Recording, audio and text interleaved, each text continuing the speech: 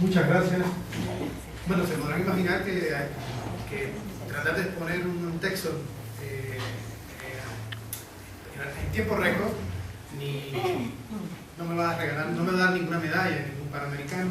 Entonces, intentaré solamente comentar la tesis que un poco sustenta mi intervención para darle la palabra a ustedes, ¿verdad?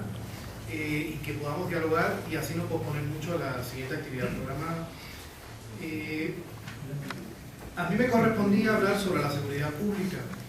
Como han dicho los compañeros, queda claro que la seguridad es una necesidad humana básica y que la seguridad pública en particular, como otras a las que se han referido ellos, es un bien fundamental, un bien social que hasta todos compartimos conciencia de que es un bien deteriorado, un bien perdido, que es, digamos, el principal tema de interés público por ser el problema social central que nos afecta a todos. También hay que decir que es una responsabilidad explícita del Estado, de sus tres niveles de gobierno. En ese sentido, cuando se habla de seguridad pública, generalmente estamos hablando de un concepto institucional, y esa es una primera limitación que quiero sí dejar clara, que de cualquier manera ese concepto remite a la idea de seguridad interior, y en el contexto que vivimos en los últimos 8 años, nos remite también, o 10 años, nos remite al concepto de seguridad nacional, en el caso de los chapanecos, a la discusión sobre la seguridad fronteriza. Esto desde la lógica propiamente del Estado. De cualquier manera, la problemática de la inseguridad es una problemática en la que estamos todos instalados. Para la sociedad chapaneca, por encuestas de percepción, es el principal problema que enfrenta la entidad, secundado de la cuestión del desempleo. Digamos que la tesis que yo quería discutir y argumentar, y que los compañeros que me han precedido ya permiten sustentar, que sea polémico, es la instauración de un régimen de excepción en nombre de la razón securitaria, en particular de la razón de la seguridad nacional.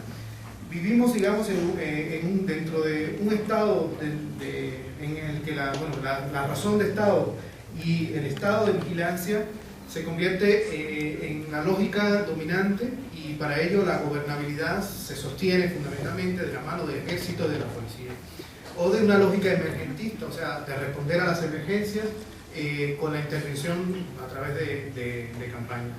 En el caso de Chiapas solo voy a remitirme a subrayar 3 indicadores fundamentales. Evidentemente, cuando uno ve las estadísticas oficiales sobre el índice de delitos, existe una reducción clara del índice delictivo de la entidad. Es una de las entidades en todo el país que más ha bajado esos índices.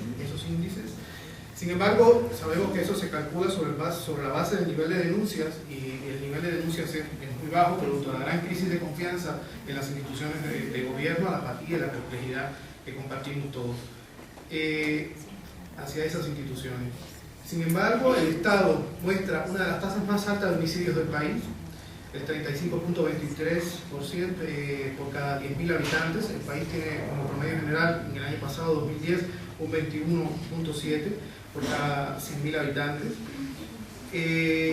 Si la tasa de delitos es tan baja y la tasa de homicidios es tan alta, ello nos habla de que evidentemente el Estado refleja claramente el disparo exponencial de la situación de inseguridad y de violencia que se vive en el país. En el Estado también, como segundo indicador, quisiera subrayar que ha aumentado considerablemente, progresivamente año con año, el número de policías privadas. Ello indica que la demanda o la percepción de inseguridad es mucho más alta de lo que las encuestas del INEGI y del ICESI nos están manifestando. Que además se trata de policías, muchas veces constituidas por policías, ex policías municipales o las policías preventivas, que terminan en sus carreras haciendo una breve escala dentro de las policías privadas para muchas veces o engrosar las filas de la migración, como bien nos mostraba León en el caso que él citaba, o bien integrar las filas de la criminalidad organizada. De esos policías no existe control, ni registro, ni se sabe de dónde vienen, ni qué formación tienen, y han aumentado muchísimo en el Estado. El tercer indicador, para hablar de este umbral de crisis de la seguridad pública, lo sitúa en el monto de las inversiones acumuladas en los últimos 10 años en materia de seguridad pública en la entidad. Estamos hablando en los últimos 10 años de más de 3.000 millones de pesos, que básicamente se han destinado a la modernización y profesionalización. aun cuando los resultados de la profesionalización del personal de policía en concreto dejen mucho que desear. Esto habla también de los límites del gasto de estos recursos, o sea, de la eficiencia y la eficacia, para usar los mismos términos que la política que lo sustenta, en su concepción, o sea, la política neoliberal, usa como argumentos para legitimar. La causalidad de los mapas delictivos en la entidad es muy compleja, la distribución es difícil, cada ciudad tiene su estructura, sus dinámicas particulares. Tapachula es una de las ciudades en todo el país con mayor índice de homicidios, está en ese ranking con ese lugar meritorio. Este mapa variable es importante reconocerlo en la diversidad del propio estado, en las complejidades de la orografía, en la propia dinámica del desarrollo urbano de sus principales ciudades. Las condiciones fronterizas son el argumento básicamente sustentado para hablar de lo difícil que es la gobernabilidad democrática en la entidad. Evidentemente, tanto la frontera sur como la frontera con los estados vecinos de Tabaco, Veracruz y Oaxaca se hacen complicadas. Sabemos que Chiapas es todo ya en sí una frontera, un lugar de paso para el crimen organizado y para todo el movimiento migratorio, etc.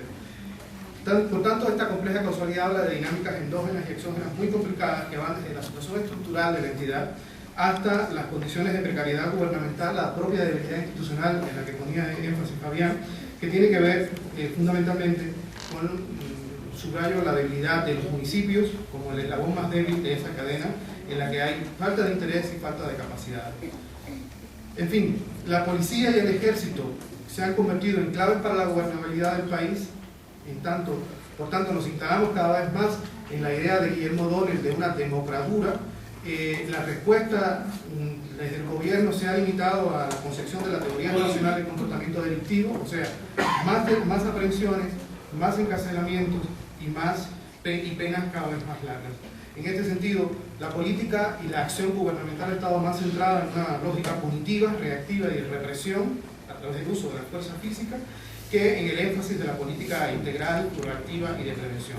En ese sentido, el control y la contención lo que hacen es acelerar y potenciar la espiral de violencia en la que estamos instalados.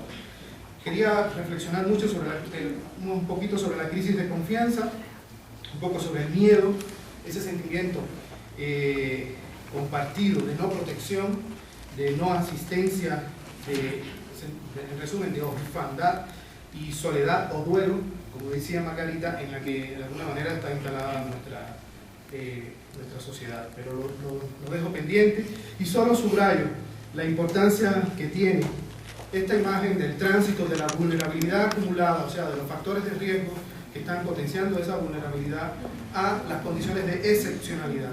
Esta especie de estado de emergencia con el que se resuelven las contingencias sanitarias, el estado de emergencia con el que se resuelven los conflictos religiosos o los conflictos por la tierra, el estado de emergencia con el que se resuelven las contingencias, la acción antrópica y también las amenazas naturales, nos sitúan o están poniendo en continuo peligro las garantías de libertades individuales, las que están restringiendo, están poniendo en peligro la protección de las personas, por tanto no están controlando las amenazas y los peligros, robusteciendo las fortalezas bueno, más bien, sí, están poniendo en peligro esas fortalezas y aspiraciones que podrían sostener un desarrollo o una seguridad humana, y están constituyendo debilitando los elementos básicos de supervivencia, dignidad y por tanto asegurando el deterioro de los medios de vida. Subrayo que este argumento va sustentado sobre la idea de que lo que está en el fondo de ello es un poco la crisis de un concepto liberal en el que la seguridad civil se distancia de la seguridad social cuando ambas van juntas y se sobreponen.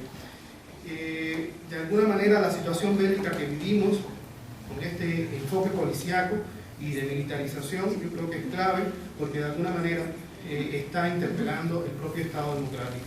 Al ensancharse la violencia, se está presuponiendo y ultraponiendo esa violencia en todos los ámbitos de la vida, tanto en el ámbito familiar como en el ámbito de la violencia, de la propia violencia de Estado. Por si esto fuera poco, para que el barril de pólvora o la bomba de tiempo estallen, sí quiero subrayar la importancia de que en esta lógica que hemos venido argumentando hay dos elementos fundamentales para